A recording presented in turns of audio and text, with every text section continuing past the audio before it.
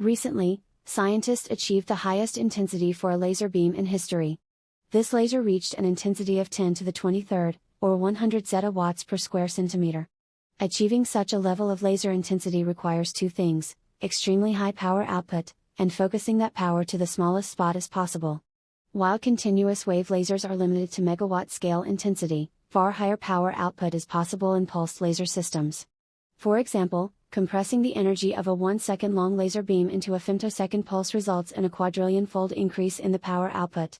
This research used a powerful femtosecond laser with an output of 4 petawatts and used high-precision optics to focus its 28-centimeter wide beam to a mere 1 micron.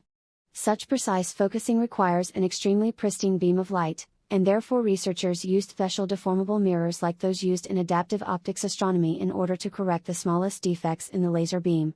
It is thought that special behaviors in strong-field quantum electrodynamics and Compton scattering arise at such intensities, which the researchers aim to study using this laser.